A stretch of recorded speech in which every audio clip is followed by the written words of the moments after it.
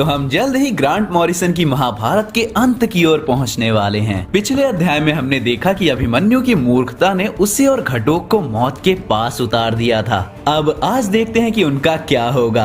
अब व्यूज का तो नहीं पता, लेकिन अब तक जो भी वीडियो आए हैं उनमें से कौन सा एपिसोड तुम्हारा फेवरेट था वो जरूर कमेंट कर देना। तो हेलो वेबटास्टिक फैंस, मेरा नाम है सत्यम मिश्रा और समय को सर आंखों पर रखते हुए चलिए शुरू करते हैं। अर्जुन, भीम और युधिष्ठिर परेशान थे कि विमानी रथ को लेकर अभिमन्यु कहाँ गया है। अर्जुन परेशान था और वो उसी घड़ी सब कुछ छोड़कर घने जंगल में अपने पुत्र को ढूंढने जाना चाहता था, परंतु जंगल बहुत बड़ा और बहुत घना था। उसे अभिमन्यु को ढूंढने में हफ्तों या फिर उससे भी ज्यादा लग सकते थे। तो युधिष्ठिर उसे अभिमन्यु पर भरोसा रखने को बोलता है और उसे आदेश देता है कहीं नहीं जाने को। अर्जुन एक योद्धा और एक भाई होने के नाते आदेश मान तो लेता है, पर उसका मुख बता रहा था कि एक पिता होने के नाते वो गुस्से में था। अश्वत्थामा और दुर्मा पाते हैं कि उन दोनों बालकों में से एक घायल है और वो दोनों जंगल की ओर बढ़ चलते हैं। उधर जंगल में घटोक कोशिश करता है कि अभिमन्यु उसे छोड़कर चला जाए। उसकी पांव की चोट उन्हें धीरे कर देगी, परंतु असल में घटोक अपना असली रूप अभिमन्यु के समक्ष नहीं ला सकता था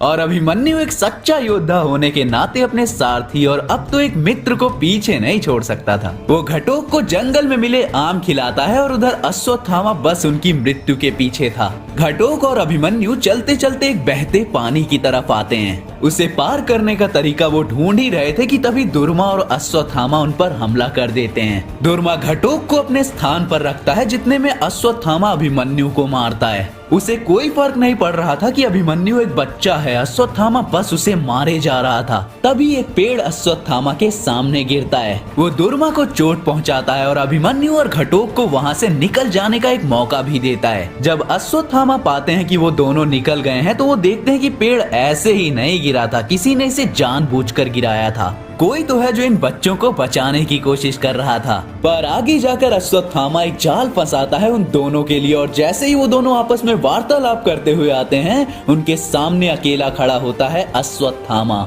अभिमन्यु उससे लड़ने के लिए आगे बढ़ता है। तभी घटोक अपने दैत्य रूप में आते हुए बोलता है, तुझे लगता है मैं तुझे नहीं देख सकता, तुझे लगता है मैं तुझे नहीं सुन सकता, या तुझे लगता है मैं तुझे सूंघ नहीं सकता। तू अंधेरे का सेवक है और मैं खुद अंधेरा हूँ। और वो सबके सामने अपने असली रूप में आ जाता है और वहाँ लड़ाई चालू हो जाती है। अभिमन्यु और घटोक उन्हें मारने लगते हैं। घटोक बोलने ही वाला होता है दुर्मा को तलवार उठाने को कि वो दोनों वहाँ से अंधेरे में ही गायब हो जाते हैं। घटोक अभिमन्यु से माफी मांगता है उसका ये रूप दिखाने के लिए, पर अभिमन्यु तो बहुत खुश था भीम के पुत्र के साथ लड़ने से और वो उनकी मित्रता के नाते उस राज को छुपाने का भी वचन देता है। कुरुक्षेत्र के युद्ध का एक और दिन सामने था।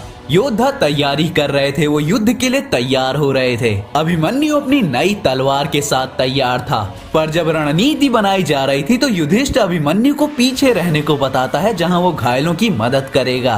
अभिमन्यु गुस्से में युधिष्ठिर को मना कर देता है क्योंकि वो लड़ने को तैयार था, पर जब अर्जुन उसे डांटता है तो वो वहां से फिर से भाग जाता है बाहर। वो बाहर आकर घटोक से बोलता है कि मुझे क्षेत्र 11 की तरफ ले चलो, राजा का यही आदेश है। पर घटोक साफ मना कर देता है क्योंकि अभिमन्यु की जगह उसे पहले से ही बता दी गई थी। वो चाहते थे कि अभिमन्यु कभी भी भीष्म के पास ना जाए। इधर दुर्योधन फिर से कोई छलावे वाली रणनीति बना रहा था जिसमें मुख्य कार्य भीष्म पितामह का था। युद्ध का प्रारंभ होता है। घटोक दूर से सब कुछ देख रहा था, परंतु फिर उसे धक्का लगता है।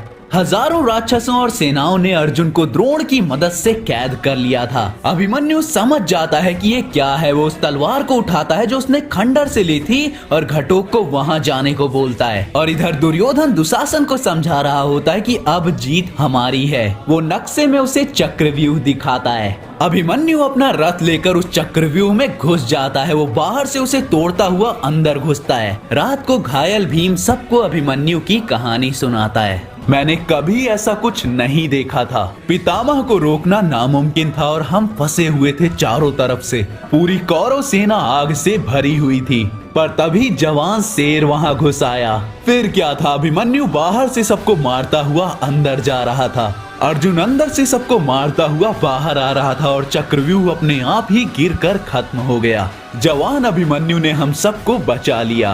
बाहर सब अर्जुन की तारीफ कर रहे थे, तभी अर्जुन वहां आया। अभिमन्यु डर जाता है पर अर्जुन बोलता है, मैंने तुम्हारे जन्म से तुम्हें देखा है और उस समय मैंने कभी नहीं सोचा था कि मैं इतने गर्व से भर जाऊंगा। किसी भी पिता का सबसे गौरवशाली दिन तब होता है जब उसका पुत्र आदमी बनता है और आज वो दिन है।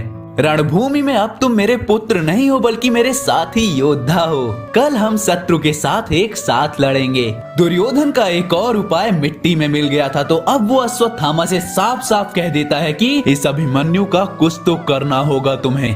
पर अभिमन्यु नहीं, ये सिर्फ उसका रक्त नहीं था जिसकी वजह से वो इतना सूरवीर था। इस समय उस प्राचीन तलवार का असर था उस पर, जिस युद्ध से घटोक तक को भय महसूस हो रहा था। वहाँ अभिमन्यु बस कत्लेआम करने को उत्सुक था और अश्वत्थामा और दुर्मा दूर से ही उनके ऊपर नजर रखे हुए थे, सही मौका आने पर उन्हें मारने के लिए। अभिमन्यु नींद में भी खून का प्यासा था, वो सो भी नहीं पा रहा था, तो वो अपने बिस्तर से उठकर बाहर जाता है। तलवार अभी भी उसके हाथों में थी, परंतु कृष्ण वहीं खड़े हुए थे। वो बोलते हैं, तुम्हें आज के युद्ध से कोई खुशी नहीं हो रही ना? अभिमन्यु हाँ में जवाब देता है, तो कृष्ण बोलते हैं, वैसे इतनी रात को अपनी तलवार लेके कहाँ जा रहे हो? यहाँ तो कोई शत्रु नहीं है, जरा मुझे अपनी तलवार दिखाना तो।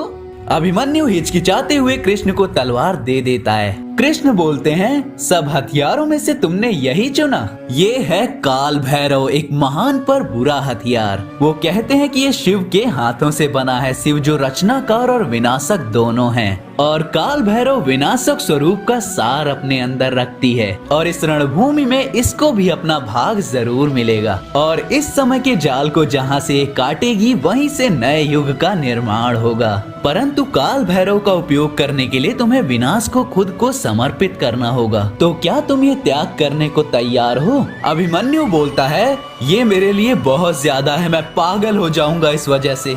कृष्ण बोलते हैं, हर किसी की राह अलग होती है जो उनके हृदय में बसती है, पर तुम इस युद्ध के शोर में उस ध्वनि को नहीं सुन सकते। बस निद्रा में ही तुम इस आवाज का अर्थ पता लगा सकते हो। और कृष्ण उसे सोने के लिए भेज देते हैं। स्वप्न में उसे अपने पिता और उनका ज्ञान मिलता है। और ये सब याद आने के बाद भी, भगवान कृष्ण के वचन सुनने के बाद भी, युद्ध में सबको मारते हुए अभिमन्यु बोलता है, पिताश्री को तबाही से डर लगता है, पर उन्हें नहीं पता कि मुझे विनाश से प्रेम है। विनाश हर किसी से आजादी दिला देता है, इससे अच्छा क्या हो सकता है? अभिमन्यु रुक नहीं रहा था और वो सबको मारे जा रहा था। वो तबाही में खुद को पूरी तरह से खो चुका था। अब वो अभिमन्यु नहीं बल्कि एक मौत का देवता बन चुका था। जब घटोक उसे रोकता है तो वो घटोक को भी पीछे छोड़कर, जो योद्धा रणभूमि छोड़कर भाग रहे थे, उन्हें भी मारने लग जाता है। परंतु जब वो वहाँ पहुँचता है और उन्हें मारने को तलवार उठाता है, तो एक योद्धा आकर बोलता है,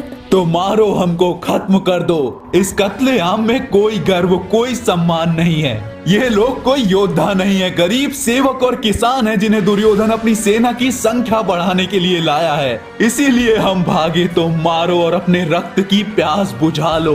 अभिमन्यु उन्हें जाने को कहता है क्योंकि वो योद्धा नहीं थे और रणभूमि में नहीं थे। परंतु तभी दुर्मा और अश्वत्थामा उस पर प्रहार करते हैं। पहले से क्रोधित अभिमन्यु की आंखें सफेद हो जाती हैं और वो अपने पीछे लगे घाव को भूलकर उन्हें जमीन पे गिरा देता है। वो अश्वत्थामा का हथियार तोड़ देता है और रणभूमि के बाहर उन्हें मारने ही वाला होता है, परंतु तभी उसको समझ आता है, मैं इन्हें मारना चाहता हूँ, मैं इनको फाड़ कर इनके शरीर का रक्त पीना चाहता हूँ। मुझे सब कुछ लाल दिखाई दे रहा है, मैं ये क्या कर रहा हूँ? मैं बदल चुका हूँ जब से मैंने इस तलवार को पाया है। अभिमन्यु होश में आके उस तलवार को अश्वत्थामा के बगल में जमीन पे घोंपता है, और तब तक घटोक भी वहाँ आ जाता है और उसके साथ चला जाता है। और अब उस तलवार का मालिक बनता है अश्वत्थामा।